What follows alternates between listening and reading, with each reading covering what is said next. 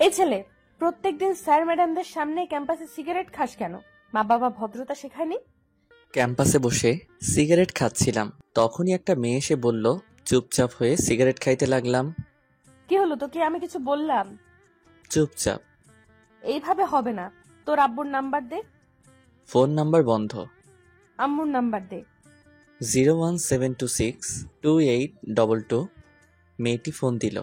আমার পকেটের ফোনটা বেজে উঠল। ফোনটা বাহির করে কেটে দিলাম।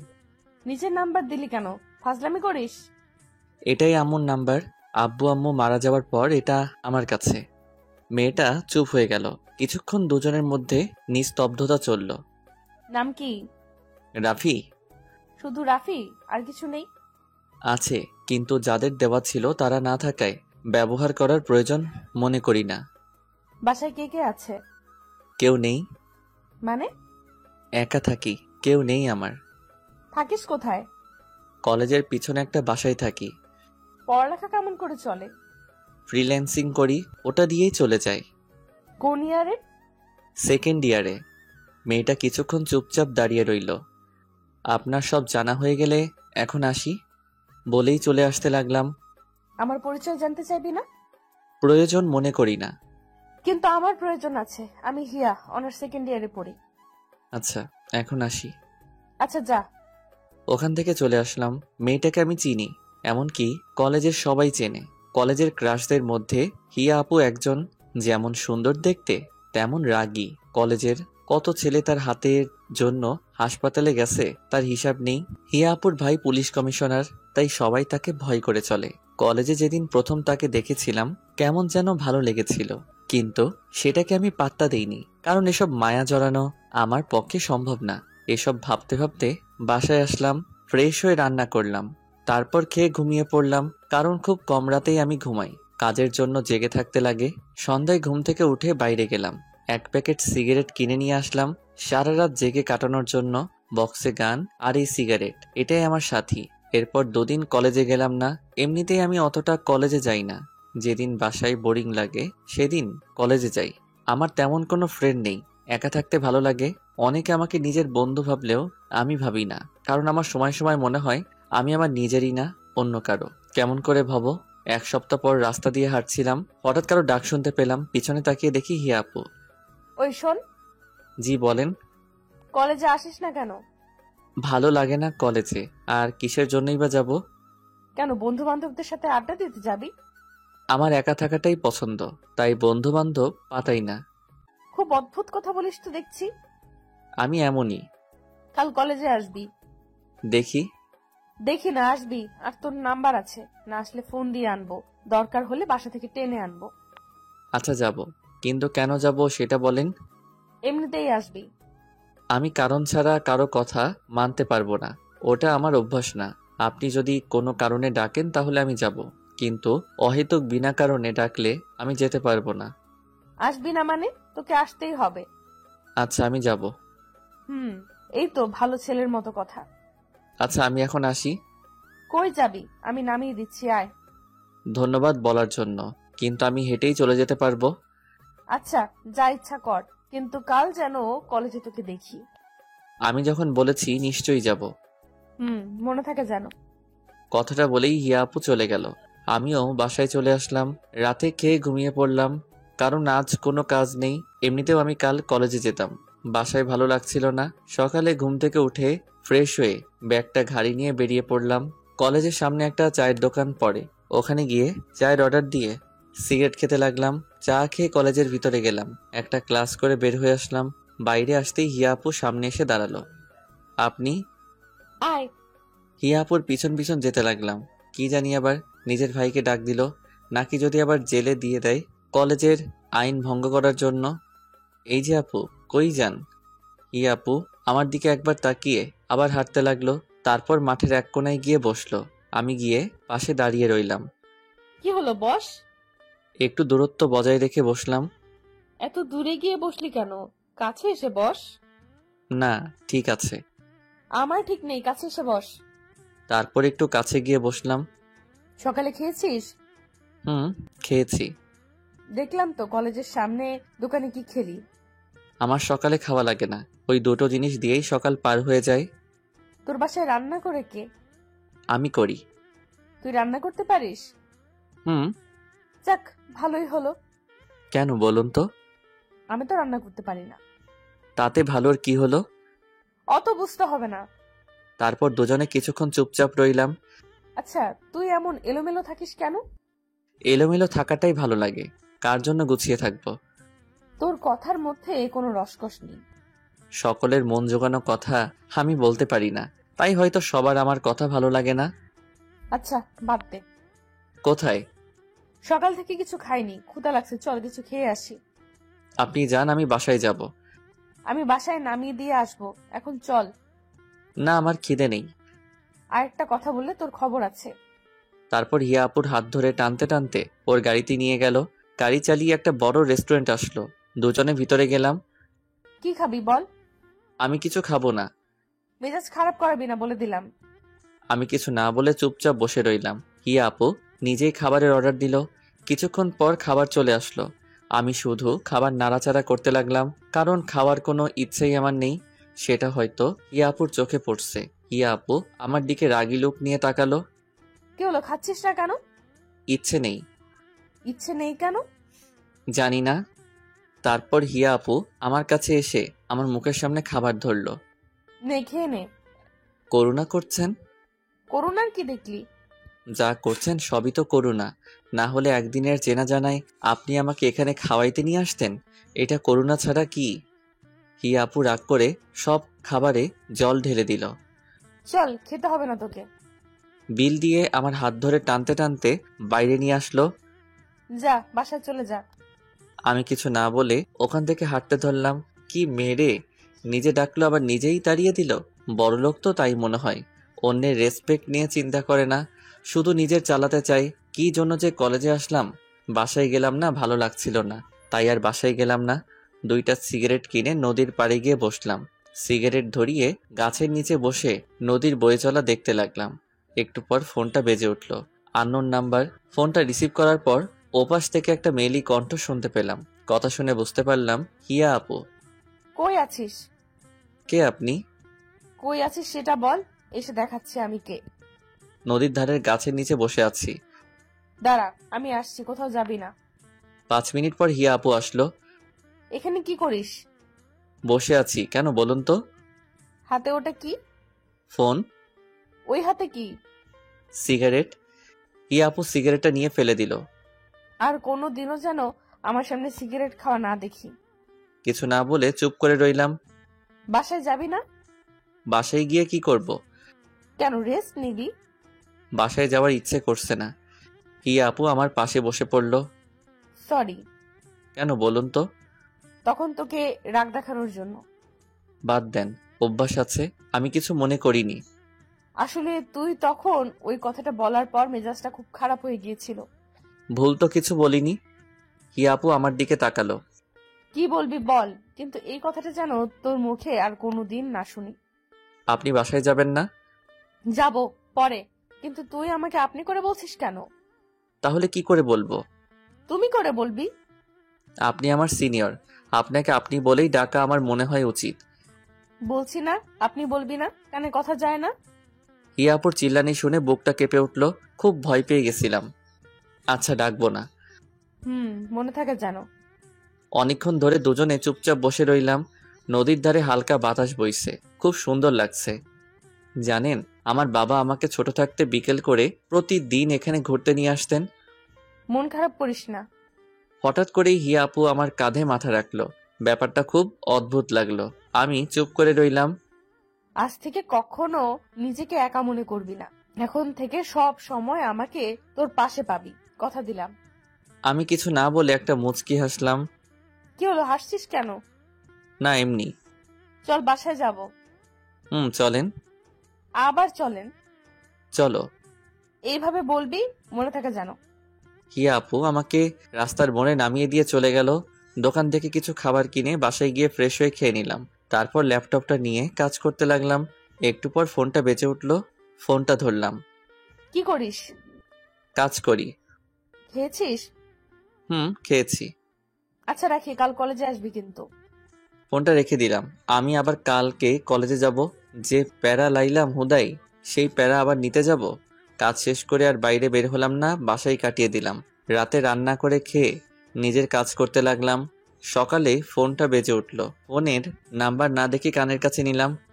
হ্যালো, কে? কই তুই? বাসায়। কি করছিস?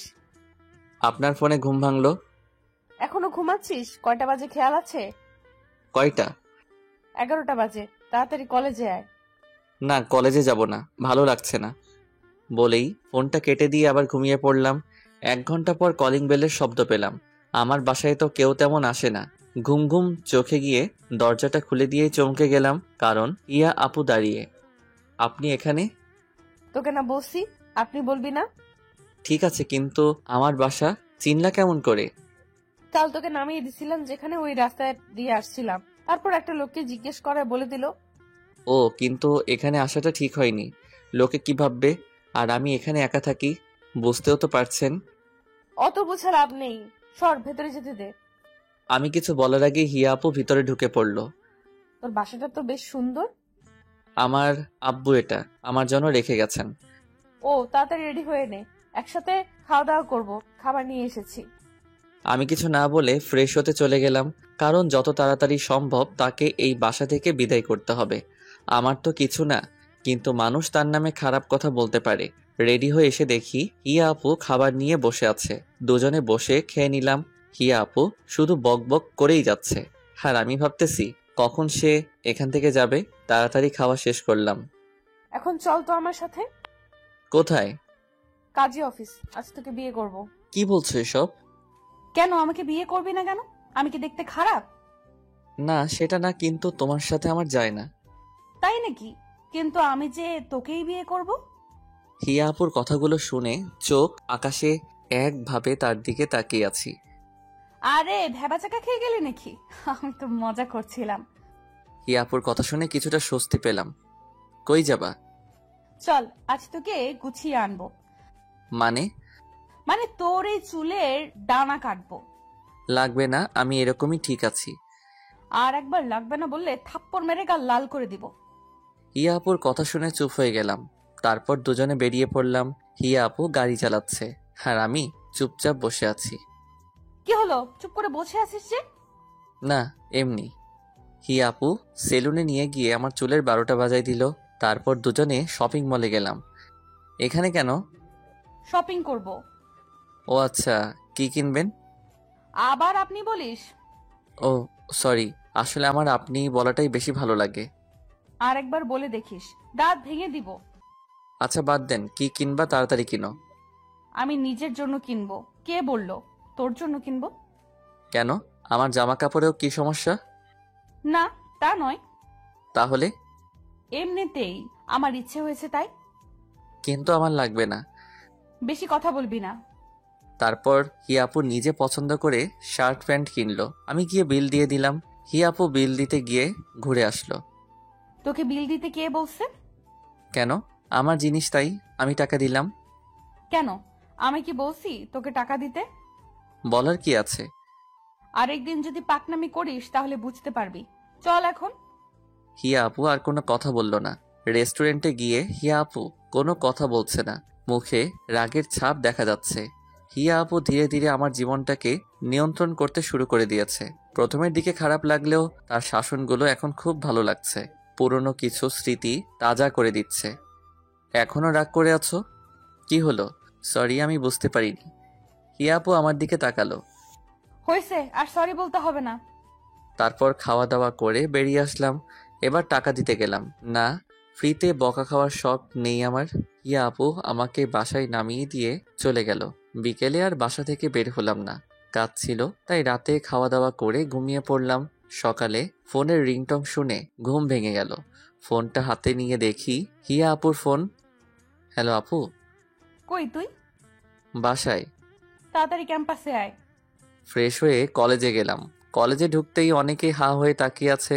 নিজেকেই কেমন যেন লাগছে, কারণ নিজের স্টাইল চেঞ্জ করেছি। অগোছালো ছেলেটা আজ ফিটফাট হয়ে কলেজে এসেছে, তাই হয়তো সবাই তাকিয়ে আছে। আমি হিয়া আপুকে খুঁজতে লাগলাম। একটু পর হিয়া আপুকে দেখলাম। 3-4টা মেয়ের সাথে একাডেমিক ভবনের দিকে যাচ্ছে। আমি ডাক দিলাম, হিয়া আপু। আমার ডাক শুনে পিছনে ফিরে তাকালো। আমি ওদের কাছে গেলাম। কই যাও? চুপচাপ। ছেলেটা কে রে? দেখতে তো খুব কিউট। হিয়া আপু তখন তার বান্ধবীর দিকে রাগি ঢুকে তাকালো। তোরা যা, আমি পরে তোদের সাথে কথা বলছি। হিয়া আপুর বান্ধবীরা হিয়া আপুর চেহারা দেখে বুঝতে পারছে হাব ভাব, তাই কিছু না বলে চলে গেল। এই ছেলে, তোমাকে দেখতে না খুব কিউট লাগছে। যেতে যেতে হিয়া আপুর বান্ধবী বলল। হিয়া আপু চত্বরে গিয়ে বসে পড়ল। আমি দুইজন বসার মতো দূরত্ব রেখে বসলাম। দুজনে চুপচাপ। এত রাগ কিসের কে জানে। আমি তো আজ আপনি করেও বলিনি, কিন্তু হিয়া আপুকে রাগি লুকে অনেক কিউট লাগে। আমি কিছুদিনে লক্ষ্য করেছি হিয়া আপু রাগলে গাল দুটো লাল হয়ে যায়। আপু আজ এত রেগে কেন? কি হলো বলছো না যে? আমি তো আজ আপনি করে বলিও নি, তাহলে রাগ করে আছো যে? তোর কি কেউ আসবে? আমার আবার কে আসবে? তাহলে মধ্যে যে এত বড় জায়গা ফাঁকা করে রেখে বসে আছিস? আরে পাশে বসলেই সবাই নেগেটিভ মাইন্ডে নিবে, কেউ ভাববে না যে তুমি আমার আপু লাগো। হিয়া আপু আমার কলার ধরে নিজের পাশে টেনে বসালো। আমি তোর কি লাগি ভালো করে বল। তুমি আমার সিনিয়র, সেই হিসেবে আপুই তো হওয়ার কথা। আরেকদিন যদি এই আবাল মার্কা কথা বলেছিস তাহলে তোর খবর করে দেব, বলদ কোথাকার। তখন হিয়া আপুর বান্ধবী কোথা থেকে এসে যেন পাশে বসলো। হিয়া আপু রেগে আগুন হয়ে গেল। আমার হাত ধরে নিজের পাশে বসালো। রিফা, তুই এখানে? কেন, আসা যাবে না নাকি? আমি কি সেটা বলেছি নাকি? আসলে একা একা ভালো লাগছে না, তাই তোদের সাথে গল্প করতে চলে এলাম। ও খুব ভালো তো। ছেলেটা কে? ও দাঁড়া, পরিচয় করিয়ে দেই। রাফি, এ হচ্ছে আমার বড় আপু রিফা। আজ থেকে ওকে বড় বোনের মতো সম্মান দিবি, ঠিক আছে? আর রিফা, এ হচ্ছে রাফি। আজ থেকে ওকে নিজের ভাইয়ের মতো দেখবি। কি বলছিস সেই সব? ঠিকই তো বললাম। আমি শুধু ওদের কথা শুনছি। তারপর রিফা হিয়া আপুকে সাইডে নিয়ে গেল। দুজনে কি যে কথা বলছে, কিন্তু দূর থেকে যা বুঝলাম খুব ঝগড়া করছে। এক পর্যায়ে হিয়া আপু কি যেন বলল, আর রিফা আপু ওখান থেকে চলে গেল। আর আপু আমার কাছে আসলো। এতক্ষণ লাগে আসতে? কি কথা বলল আপু? হিয়া চুপচাপ পাশে বসে পড়ল। কি হলো, কিছু বলছো না যে? শোন, কাল থেকে তুই কলেজে আসবি না। কেন? তাহলে রিফা তোর সাথে কথা বলতে পারবে না। কিন্তু কথা বললে কি সমস্যা? সমস্যা আছে, ওর কথার দাম নেই। আমি কথা না বললেই তো হলো, তাতে কলেজ না আসার কি হলো? সেটাও কথা। তুই রিফার সাথে কথা বলবি না, বল, এমনকি কোনো মেয়ের সাথে কথা বলবি না, ঠিক আছে? আর যদি দেখি তাহলে তোর একদিন কি আমার একদিন। কি বলবো ভেবে পাচ্ছি না। হিয়া আপুর এমন আচরণ আমায় বেশ অবাক করছে। কি হলো, মনে থাকবে তো? হুম, থাকবে। এই তো ভালো ছেলে, চল এখন ক্লাসে যা। হিয়া আপু নিজের ক্লাসে গেল, আমি আমার ক্লাসে চলে গেলাম। এভাবেই 1 মাস পার হয়ে গেল। হিয়া আপু আমার জীবনটাকে নিজের মতো চালাতে শুরু করলো, যেমন কেউ আপনজন করে। এটা করার অধিকার আমি হিয়া আপুকে অনেক আগেই নিজের মন থেকে দিয়ে দিছি, কারণ আমি মনে মনে হিয়া আপুকে অনেকটা ভালোবেসে ফেলেছি। নিজের এই মনটাকে অনেকবার বোঝাতে চেষ্টা করেছি তার সাথে আমার যায় না, কিন্তু মনটা মানেনি, ছুটে গেছে তার কাছে। আমি জানি আমি যেদিন হিয়া আপুকে আমার ভালোবাসার কথা বলবো সেদিন হয়তো সব শেষ হয়ে যাবে, আর আমি সেটা চাই না। তাই আমি তাকে নীরবে ভালোবেসে যাব, কখনো তার কাছে নিজের ভালোবাসার দাবি নিয়ে যাব না। হয়তো শেষে আমার ভালোবাসাটা এক কোণে পড়ে রয়ে যাবে। কথাগুলো ভাবতে ভাবতে মনটা খারাপ হয়ে গেল। কিরে, মন খারাপ করে বসে আছিস কেন? কই না তো। মিথ্যা বলবি না। তেমন কিছু না আপু। আচ্ছা বাদ দে, আয় তোর সাথে একজনের পরিচয় করিয়ে দেই। আমি হিয়াপুর সাথে গেলাম। হিয়াপু কাকে যেন ফোন দিয়ে ডাকলো। একটু পর একটা ছেলে বাইক নিয়ে আসলো। রিফা, এ হলো জনি, আমার কাজিন। আর জনি, এ হলো রাফি। হাই। হ্যালো, তুমি তাহলে রাফি? হুম, আপনি আমাকে চিনেন? না, কিন্তু হেয়ার মুখে তোমার কথা অনেক শুনেছি। এই বয়সে তুমি একাই চলাফেরা করো, এটা অনেক ভালো ব্যাপার, সবাই পারে না এটা। আমার আব্বু একটা কথা বলতেন, পাশে যখন কেউ থাকবে না তখন নিজে উঠে দাঁড়াতে হয়। উঠে দাঁড়ানোর সময় কাউকে পাশে পাবি না, তাই নিজে নিজে চলতে শিখতে হবে। আর আমি একাই চলতে শিখে গেছি, আর সামনের দিনগুলোতেও একাই হয়তো থাকতে শিখে যাব। কথাটা বলার পর হিয়া আপু আমার দিকে তাকালো। তারপর তিনজনে বসে অনেক কথা বললাম। তারপর হিয়া আপু জনির বাইকে করে বাসায় চলে গেল, আর আমি আমার বাসায় চলে আসলাম। জনি এখন থেকে আমাদের কলেজেই পড়বে। পরের দিন ঘুম থেকে উঠে ফ্রেশ হয়ে কলেজের দিকে বেরিয়ে পড়লাম। কলেজে ঢোকার আগে চায়ের দোকানে গেলাম, 1 কাপ চা অর্ডার দিলাম। চা আসতে আসতে একটা সিগারেট কিনে ধরালাম। এর মধ্যে হিয়া আপুর ফোন। হ্যালো। কই তুই? এই তো যাচ্ছি। তাড়াতাড়ি আয়। চা আর সিগারেট খেয়ে কলেজে গেলাম। হিয়া আপু মাঠের এক কোণে বসে আছে। আমি হিয়া আপুর থেকে একটু দূরে গিয়ে বসলাম। হিয়া আপু আমার কাছে চেপে আসলো। আমি চুপচাপ আছি। তোকে কতবার বলেছি সিগারেট খাস না? তুমি হয়তো একদিন চলে যাবে, কিন্তু এটাই হয়তো আমার পাশে থেকে যাবে। আমার কথাটা হয়তো হিয়া আপু শুনতে পেল। কিছুক্ষণ চুপচাপ আমার দিকে তাকিয়ে রইল। তুই কি কিছুই বুঝিস না? কেন, কি আবার বুঝলাম না? কিছু না। হিয়া আপু মন খারাপ করে বসে রইল। আমি চুপচাপ তার মায়াবী মুখটা দেখতে লাগলাম। তারপর হিয়া আপু উঠে কিছু না বলে চলে যেতে লাগলো। আমি পিছন থেকে ডাক দিলাম, কিন্তু শুনলো না। নিজের গাড়িতে গিয়ে বসলো। আমি গাড়ির সাইডে দাঁড়িয়ে রইলাম। কিছুক্ষণ গাড়ির গ্লাস খুললো, চোখ দুটো লাল হয়ে আছে। ওঠ, বাসায় নামিয়ে দিই। আমি উঠে বসলাম। হিয়া আপু আমাকে নামিয়ে দিয়ে চলে গেল। অন্যদিন আসার সময় হাজারটা কথা বলবে, কিন্তু আজ একটাও কথা বলল না। এরপর কাজের চাপে 1 সপ্তাহ কলেজে যাওয়া হলো না। 1 সপ্তাহ পর কলেজে গিয়ে দেখলাম হিয়া আপু আর জনি বসে আছে। দুজনে বসে আছে আর হেসে হেসে কথা বলছে। আজ হিয়া আপু কলেজে আসলো, তবু একবার ফোন দিল না। খুব অবাক হলাম। এই কয়দিন অনেকবার দেখা করতে বলেছে, কিন্তু এই 1 সপ্তাহে প্রায় সারা দিন ল্যাপটপ নিয়ে বসে থাকতে হয়েছে। অনেক বড় একটা ক্লায়েন্ট পাওয়ায় কাজ অনেক বেশি ছিল। আমি ভাবলাম হয়তো ভাবছে আমি কলেজে আসবো না, তবুও একটা ফোন তো দিতে পারতো। আমি ওদের না দেখার ভান করে ক্লাসে যেতে লাগলাম। তখন পিছন থেকে হিয়া আপু ডাক দিল। আমি ওদের কাছে গেলাম। কেমন আছিস? ভালো আপু, তুমি? ভালো, বস। ওদের থেকে একটু দূরত্ব বজায় রেখে বসলাম। ওরা দুজনে কথা বলছে, আমি চুপচাপ ফোন টিপতেছি। এর মাঝে হিয়া আপু আমার সাথে একটা কথাও বলেনি। ব্যাপারটা খুব খারাপ লাগলো। অন্যদিন কলেজে না আসলে ডেকে এনে ঘন্টার পর ঘন্টা কথা বলতো, আর আজ পাশে বসে আছি, তাও মুখ ফুটে একটা কথা বলছে না। 1 সপ্তাহে এতটা বদল! তোমরা একটু কথা বলো, আমি স্যারের সাথে কথা বলে আসি। হিয়া আপু উঠে চলে গেল। জানো, হিয়ার মতো মেয়ে পাওয়া ভাগ্যের ব্যাপার। মানে, বুঝলাম না। তুমি জানো না, হিয়া আর আমার বিয়ে ঠিক হয়ে আছে। আমাদের পরীক্ষা শেষ হলে বিয়ে দেয়া হবে। জনির কথাটা শুনে বুকের ভেতরটা কেমন যেন করতে লাগলো। চোখ মুখ অন্ধকার হয়ে গেল। জানতাম এমন কিছু হবে, কিন্তু এত তাড়াতাড়ি হবে তা বুঝতে পারিনি। খুব খারাপ লাগছিল। কি করব বুঝতে পারছি না। এক নিমিষে মনে হয় সব শেষ হয়ে গেল। মনে হয় জনির কথাগুলো কোনো স্বপ্ন। কি হলো রাফি, তুমি ঠিক আছো তো? এমন অস্থির লাগছে কেন তোমাকে? কই, আমি তো ঠিক আছি। না, মনে হচ্ছে খুব অস্থির হয়ে আছো। আসলে বাসায় যেতে হবে তাড়াতাড়ি, তাই একটু তাড়াহুড়োয় আছি। ও আচ্ছা। আচ্ছা, আমি চলে যাই। হিয়া আপু আসলে বলে দিয়ে আমি চলে গেছি। এখনই চলে যাবে? হিয়া আসুক। না, একটা বড় ক্লায়েন্ট নক দেওয়ার কথা আছে, আমাকে যেতেই হবে। আচ্ছা, তাহলে যাও। আমি ওখান থেকে বাসায় চলে আসলাম। বাসায় এসে আব্বু আম্মুর ছবিটা হাতে নিয়ে বসে পড়লাম। খুব মিস করছি তাদেরকে। আজ কেন তোমরা আমাকে এত তাড়াতাড়ি ছেড়ে চলে গেলে? আমার মতো অভাগা হয়তো খুব কমই আছে। ভালোবাসার মানুষগুলা সব একে একে ছেড়ে চলে যায়। প্রথমে তোমরা চলে গেলে, এখন হিয়া আপু। হামু, জানো আমি না হিয়া আপুকে খুব ভালোবাসি। হিয়া আপুর সাথে থাকলে তোমার কথা খুব মনে পড়ে। হিয়া আপু একদম তোমার মতো শাসন করে।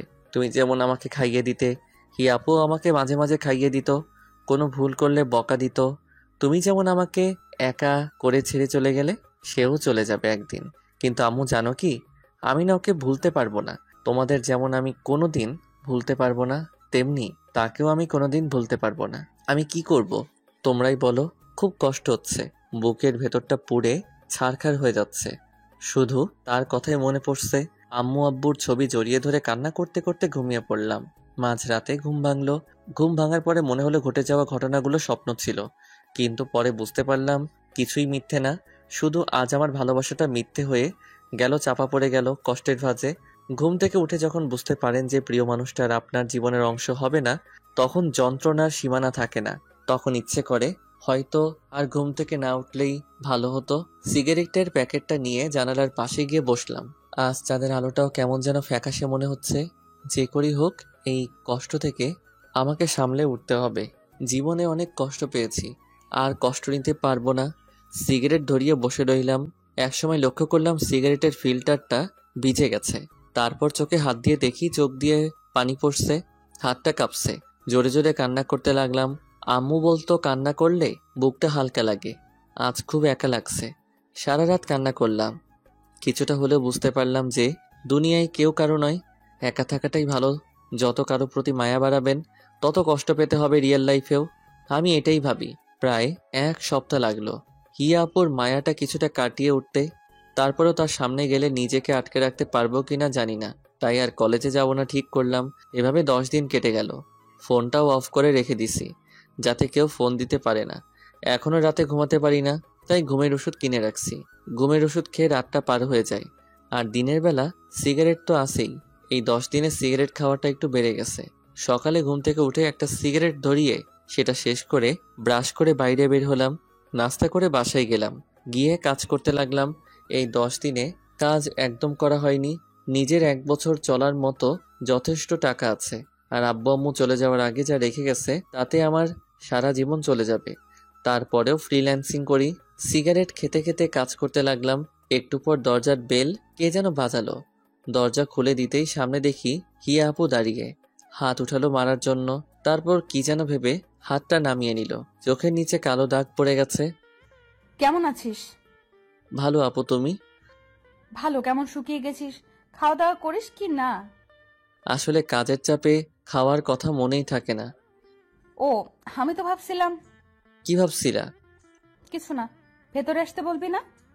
ও হ্যাঁ, আসো। হিয়া আপু ভিতরে এসে চারদিকে তাকালো। এটা বাসা নাকি সিগারেটের দোকান? যেখানে সেখানে সিগারেটের প্যাকেট। আর এত গন্ধ কেন? আসলে অনেক দিন ধরে পরিষ্কার করা হয়নি তো। ও, আজকেই এগুলো সাফ করব, চল। কি বলছো আপু? তোমার হবু বর দেখলে আমাকে মেরে ফেলবে। হবু বর মানে? জনি ভাই আমাকে সব বলেছেন যে তোমাদের বিয়ে ঠিক হয়ে আছে। তুই কথাটা শুনে খুব খুশি হয়েছিস না? অবশ্যই।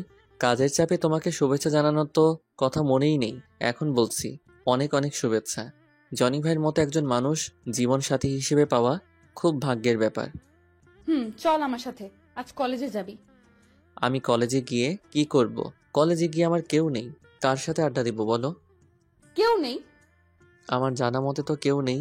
তুমি যাও, জনি ভাই হয়তো তোমার জন্য অপেক্ষা করে আছে। কলেজে দেরি করে গেলে হয়তো অভিমান করতে পারে। আমার কথাটা শুনে হিয়াপুর মুখটা শুকিয়ে গেল। কিছু না বলেই চলে গেল। আমি একটা সিগারেট ধরিয়ে ওখানে বসে পড়লাম। মাথাটা খুব ব্যথা করতেছে। সন্ধ্যার দিকে ব্রিজে গিয়ে বসলাম। ব্রিজের রেলিংয়ে বসে আছি, তখন সামনের দিক থেকে কেউ একজন ডাক দিল। গাড়ি চলাচল করায় ভালোভাবে দেখতে পারছিলাম না। গাড়িগুলো সরে যাওয়ার পর দেখলাম একটা মেয়ে আমার দিকে আসছে। কেমন আছো? ভালো, কিন্তু আপনাকে চিনলাম না। কিন্তু আমি তোমাকে চিনি। কেমন করে? তুমি আমার ক্লাসমেট, তোমাকে চিনবো না? ও, কিন্তু আমি আপনাকে চিনলাম না। আমি মিম।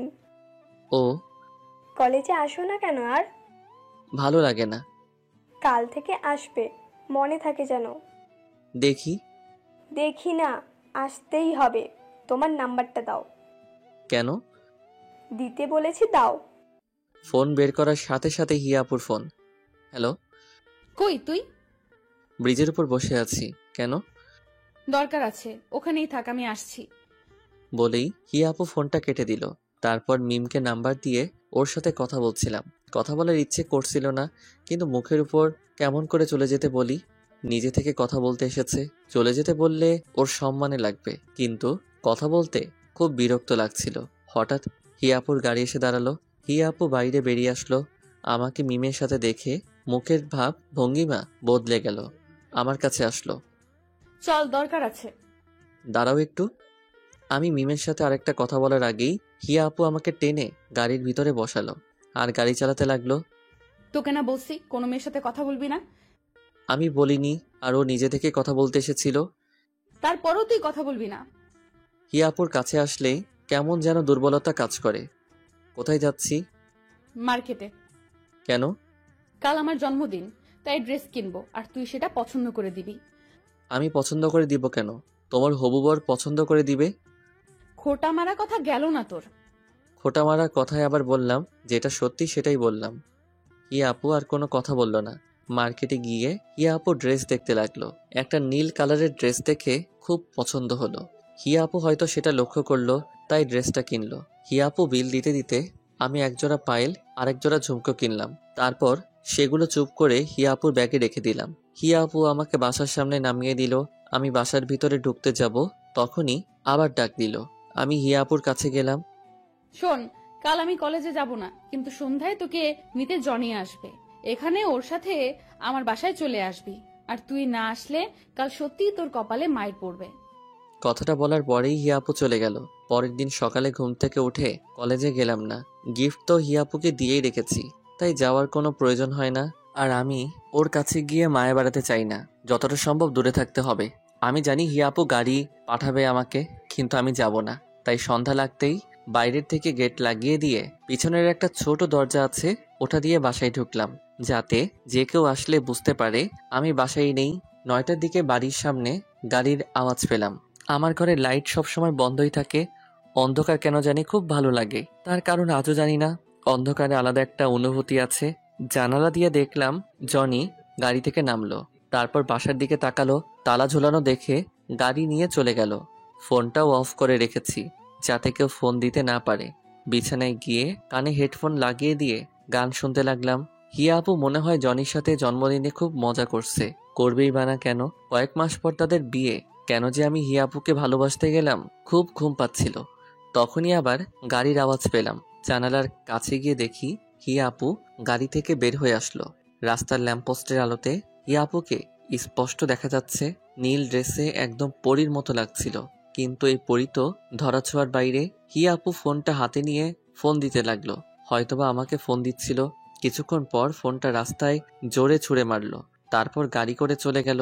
আমি গিয়ে শুয়ে পড়লাম। পরের দিন কলেজে গেলাম। কেন জানি আজ কলেজে যাওয়ার খুব ইচ্ছে করলো। কলেজে ঢুকতেই মিমের সাথে দেখা।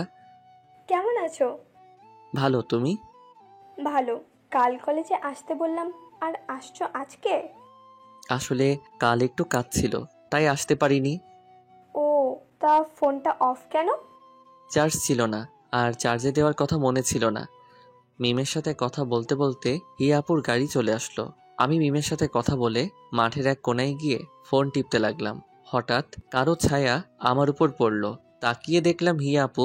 আমি উঠে দাঁড়ালাম। আপু, তুমি কখন আসলে? কাল কই ছিলি? ল্যাপটপটা সার্ভিসিং করতে গিয়েছিলাম, আস্তে আস্তে দেরি হয়ে যায়। মিথ্যা কথা বলবি না। তুই কি মনে করেছিস আমি তোকে জানালার কাছে দেখিনি? তুই আমার সাথে এমনটা করলি? কত আশা নিয়ে বসেছিলাম আমি তোর জন্য। আজ থেকে তুই আমার সাথে কথা বলবি না। সেটাই হয়তো ঠিক হবে। আপনার সাথে কথা বললে হয়তো আপনার হবু বর খারাপ মনে করতে পারে, আর আপনাদের সম্পর্কের মধ্যে তিক্ততা আসতে পারে।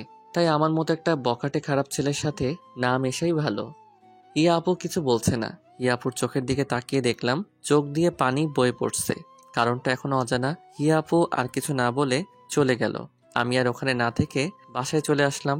আবার আগের মতো হয়ে গেলাম। সেই কলেজে গিয়ে আগের মতো সিগারেট খাওয়া, কারো পরোয়া না করা, একা চলা, কোনো মায়ায় না জড়ানো। 3 দিন পর মাঠের কোনায় বসে নোট করছিলাম, সাথে একটা সিগারেট খাচ্ছিলাম।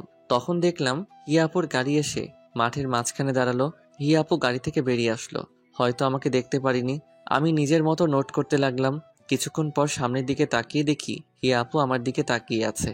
চোখ মুখ শুকিয়ে গেছে, চোখের নিচে কালো দাগ। হিয়া আপুকে দেখে একবার সিগারেটটা ফেলে দিতে চাইলাম, কিন্তু কি যে মনে হলো ফেলে না দিয়ে মাথাটা নিচু করে নোট করতে লাগলাম। হিয়া আপু সেখান থেকে চলে গেল। আমি একটু পর বাসায় চলে আসলাম। এরপর প্রতিদিন কলেজে গেলাম হিয়া আপুকে একটু আড়াল থেকে দেখার জন্য। প্রতিদিন নিজের মনকে বলি কাল আর যাব না, কিন্তু পরের দিন ঠিকই কলেজে চলে যাই। হিয়া আপু কলেজে আসে চুপচাপ মন মরা হয়ে বসে থাকে। জনিকে দেখি তার সাথে বসে থাকতে। প্রতিদিন কলেজে গেলে মিম মেয়েটা হঠাৎ বলতে আসবে। হিয়া আপু মাঝে মাঝে আমার সাথে ওকে কথা বলতে দেখে তাকিয়ে থাকে। হয়তো মেয়েটাকে আমার সাথে কথা বলতে নিষেধ করতে চাই। আমি খারাপ হয়তো, সেই জন্য আমিও যতটা সম্ভব মিমের থেকে দূরে থাকি। এভাবে 15 দিন কেটে গেল। আজ 5 দিন হলো আর কলেজে যাই না। আজ কলেজে যেতে কেন জানি খুব মন চাইলো। ব্যাগটা নিয়ে কলেজে গেলাম। কলেজে গিয়ে চোখ দুটো কাকে জানি খুঁজছিল, কিন্তু তাকে খুঁজে পাচ্ছিল না। কলেজের চত্বরে বসেছিলাম। একটু পর একটা পুলিশের গাড়ি এসে দাঁড়ালো। গাড়ি থেকে একজন পুলিশ অফিসার নেমে এসে চারদিকে দেখতে লাগলো, তারপর আমাকে দেখে আমার দিকে আসতে লাগলো। বুকের ভিতরটা কেমন যেন করছিল, মনে হচ্ছিল দৌড় দিয়ে পালিয়ে যাই, কিন্তু আমি তো কোনো দোষ করিনি, তাই চুপচাপ বসে রইলাম। পুলিশ অফিসারটি আমার কাছে আসলো। তোমার নাম রাফি? জি। তোমাকে আমার সাথে যেতে হবে, চলো। কিন্তু কেন? আর আপনি কে? আমি হিয়ার ভাইয়া। ও, কিন্তু কেন যাব? গেলেই বুঝতে পারবে। কিন্তু কোথায়? আমাদের বাসায়। আচ্ছা চলুন। হিয়া আপুকে দেখার খুব ইচ্ছে করছিল, আর মনে মনে খুব ভয় হচ্ছিল। হিয়া আপু কি এমন করলো যে হিয়া আপুর ভাই আমাকে তাদের বাসায় নিয়ে যাচ্ছে? কিছুক্ষণ পর হিয়া আপুদের বাসায় গিয়ে পৌঁছালাম। বাসার ভিতরে গেলাম। হিয়া আপুর ভাইয়া আমাকে বসতে বলে কোথায় যেন গেলেন। আমি সোফায় বসে রইলাম। কিছুক্ষণ পর দুইজন মহিলা আসলেন। একটু পর হিয়া আপুর ভাইয়া আর একজন লোক উপর থেকে নেমে আসলেন। হয়তো মহিলাদের মধ্যে একজন হিয়া আপুর মা আর আরেকজন ভাবি। আর হিয়া আপুর ভাইয়ের সাথে লোকটি হয়তো তার বাবা। সবাই আমার সামনে বসলেন। আমি ভয়ে কুকড়ে মুকড়ে যাচ্ছিলাম। তাহলে তুমি রাফি? হিয়া আপুর আব্বু। জি, কিন্তু আপনারা আমাকে চিনেন কেমন করে? হিয়া বলেছে, এমনকি তোমার ব্যাপারে সব জানি আমরা। যেদিন তুমি হিয়ার বার্থডেতে আসুনি সেদিন ও বাসার সব জিনিসপত্র ভেঙে ফেলে। এত রাগ?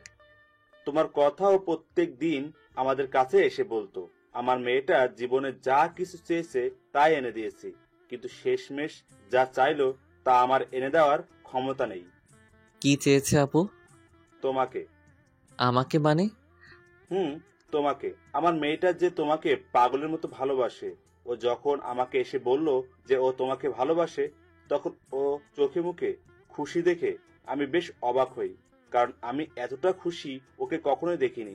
তোমার সাথে কিছুদিন আগে ঝগড়া হয়, বাসায় এসে কান্নাকাটি করে, ভালো মতো খাওয়া করে না, শুধু বলে রাফিকে এনে দাও, দয়া করে আমাদের ফিরিয়ে দিও না, আমার মেয়েটা তোমাকে ছাড়া মরে যাবে। আরে কি করছেন আপনি? আমার গুরুজন আপনার মাথা নত করা শোভা পায় না, কিন্তু আমার মতো একটা অনাথ ছেলের কাছে আপনার মেয়ে দিবেন? আরেকবার ভেবে দেখুন। আমার মেয়ের খুশিতে আমার খুশি। আচ্ছা, আপনারা যা ভালো বোঝেন, কিন্তু হিয়া আপু কোথায়? উপরে আছে, যাও, প্রথম রুমটাই ওর হয়। হিয়া আপু রুমে গেলাম। দরজা খুলে আছে, কিন্তু জানালা সব বন্ধ। ঘরের ভিতরটা কেমন অন্ধকার হয়ে আছে। হিয়া আপু ঘুমিয়ে আছে, চোখের নিচে কালো দাগ পড়ে গেছে। সারা রাত হয়তো ঘুমায় না। আমি চুপচাপ গিয়ে হিয়া আপুর পাশে শুয়ে পড়লাম। একটু পর হিয়া আপুর ঘুমটা ভেঙে গেল। আমার দিকে একভাবে তাকিয়ে আছে, কিছু বলতে যাবে তার আগে হিয়া আপুর গোলাপি ঠোঁট দুটোর সাথে আমার ঠোঁট এক করে দিলাম।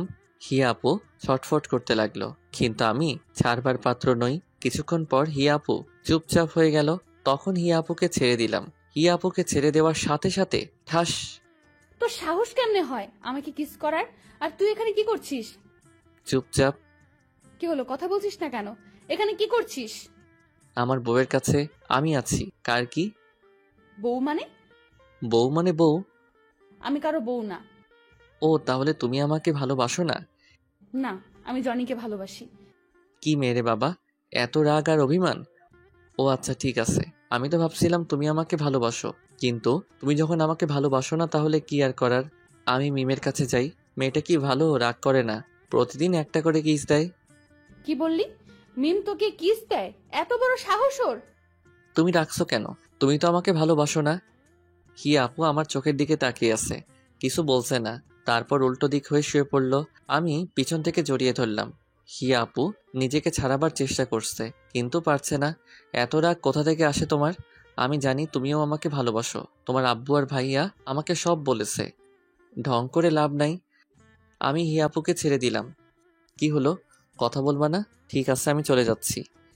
হিয়া আপু আমার দিকে ঘুরে আমাকে জড়িয়ে ধরল। খুব ভালোবাসি তোকে, নিজের থেকেও বেশি। কেন বুঝিস না তুই? তুমি তো আমাকে বলছিলা তোমার আর জনির বিয়ে ঠিক হয়ে গেছে।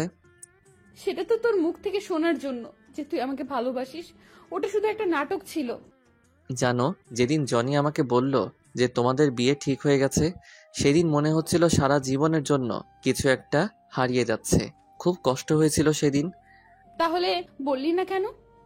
যদি তুমি ছেড়ে চলে যেতে। হিয়া আপু আমাকে আরো শক্ত করে জড়িয়ে ধরল। কোনোদিন তোকে যেতে দেব না, তুই চাইলেও না। আব্বু কি বলল? তোমার আমার বিয়ে ঠিক করছে। সত্যি? এখন একটা কিস দাও। না, বিয়ের পর। ঠিক আছে, আমি মিমের কাছে যাই। ওর ঠোঁট দুটো কি মিষ্টি। কি বললি? মিম তোকে কিস করেছে? কই কিস করেছে? ঠোঁটে। হিয়া আপু ঠোঁটের সাথে ঠোঁট এক করে দিল, অনেকক্ষণ পর ছেড়ে দিল। তোর ঠোঁটে শুধু আমার ছোঁয়া থাকবে, আর কারো না। আর ওই মেয়েকে আজ আমি জেলে দেব। আরে আরে, আমি তো মিথ্যা বলছি, মিমের সাথে আমার কিছুই হয়নি। কুত্তা বলদ, আমাকে কষ্ট দিয়ে খুব ভালো লাগে তোর, তাই না? আরে আপু, আমি আবার কি করলাম? আপু কাকে বললি? সরি, আর বলবো না। মনে থাকে যেন। এখন উঠো, চলো। খাওয়া দাওয়া তো মনে হয় করো না। শরীরের কি অবস্থা করেছো? না, উঠবো না, এভাবেই শুয়ে থাক। আচ্ছা, তুমি শুয়ে থাকো, আমি নিচে থেকে খাবার নিয়ে আসছি। লাগবে না, চুপচাপ শুয়ে থাক। হিয়া আপু আমাকে জড়িয়ে ধরে শুয়ে আছে, আর আমি পুরনো কথাগুলো মনে করে হাসতেছি। কি থেকে কি হয়ে গেল। সময় বড় অদ্ভুত, কার কপালে কি লেখা আছে কেউ বলতে পারে না। আর কতক্ষণ শুয়ে থাকবা? এবার তো উঠো। না, উঠবো না। আমি হিয়া আপুকে নিজের থেকে ছাড়িয়ে নিলাম, তারপর হিয়া আপুকে কোলে তুলে নিয়ে নিচে নিয়ে আসলাম। কেউ দেখার আগে নামিয়ে দিলাম। কিছু খেয়ে নাও। পারবো না খেতে, খাইয়ে দে। আচ্ছা দাঁড়াও। আমি হিয়াপুর আম্মুকে ডাক দিলাম। একটু পর তিনি আসলেন, তারপর খাবার বেড়ে দিলেন। হিয়া আপু রুমে চলে গেছে, আমি খাবার নিয়ে রুমে আসলাম। হিয়া বসে আছে। কি হলো, চলে আসলা যে? এমনি খাইয়ে দাও। আমি হিয়াপুকে খাইয়ে দিলাম। খাওয়া শেষ করে হিয়াপুকে নিয়ে বাইকে ঘুরতে বের হলাম। আজ আমি খুব খুশি, কিন্তু আব্বু আম্মু থাকলে আরো ভালো হতো। সন্ধ্যায় হিয়াপুকে বাসায় রেখে চলে আসলাম। পরের দিন সকালে হিয়াপু ফোন দিয়ে তাদের বাসায় ডাকলো। যাওয়ার পরে দেখি সবাই বসে আছে। রাফি, হিয়া চাইছে তোমাদের বিয়েটা কালকেই হোক। কিন্তু আঙ্কেল, এত তাড়াতাড়ি? আর আমি তো এখনো পড়ালেখা করি। সেটা আমিও ওকে বললাম, আগে তুমি পাশ করো, একটা চাকরি করো, কিন্তু কিছুতেই মানতে চাচ্ছে না। আঙ্কেল, এটা নয় যে হিয়াপুকে বিয়ে করার পর আমি তাকে ভালোভাবে রাখতে পারবো না। আমার আব্বু আম্মু যা রেখে গেছে তাতে আমি সারা জীবন বসে খেলেও শেষ হবে না। কিন্তু আমি এখন বিয়ে করতে চাচ্ছি না। তখন হিয়াপু সাইডে রাখা ফুলদানিটা ছুঁড়ে মারলো দেওয়ালে।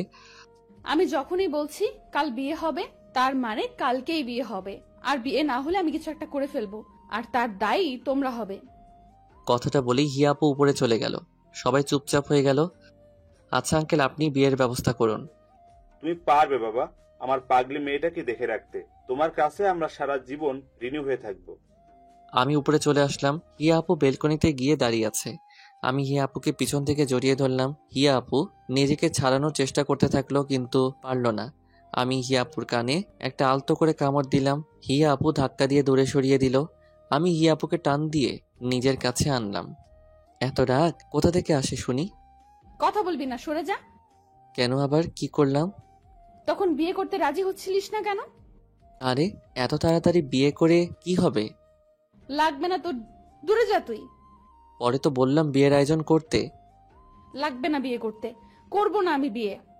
আমি তো করব। বিয়ে না করলে বউয়ের আদর পাবো কেমন করে? হইছে, আর ঢং দেখাবি না, সব জানা আছে। আমি ঢং করি? আর নিজে যে কথায় কথায় রাগ করে, তার বেলা কিছু না। আমি রাগ করি? তা নয় তো কি। মেরে দাঁত ভেঙে দিব। আগে দোষটা করে নেই, তারপর মাইর খাবো। মানে? দাঁড়াও, বুঝাই দিচ্ছি। তারপর হিয়াপুর ঠোঁটের সাথে ঠোঁট এক করে দিলাম। 5 মিনিট পর ছেড়ে দিলাম। দাঁত ব্রাশ করে না, মুখে কি গন্ধ! কি বললি? দাঁড়া দেখাচ্ছি। হিয়া আপু আমাকে মারতে আসলো। আমি হিয়া আপুকে মোটকি, বুড়ি এসব বলে রাগাতে লাগলাম। আর হিয়া আপু আমাকে মারার জন্য পিছনে দৌড়াতে লাগলো। এইভাবে চলতে থাকলো তাদের ভালোবাসা। পরের দিন আমাদের বিয়ে হলো। আমি ভালো হয়ে গেলেও হিয়ার রাগ মোটেও কমেনি। কিন্তু আমার সাথে বেশিক্ষণ রাগ করতে পারে না। হিয়া আমাকে সবসময় আগলে রাখে। আমাকে আব্বু আম্মুর অভাব মোটেও আর বুঝতে দেয় না। এটাই প্রকৃত ভালোবাসা।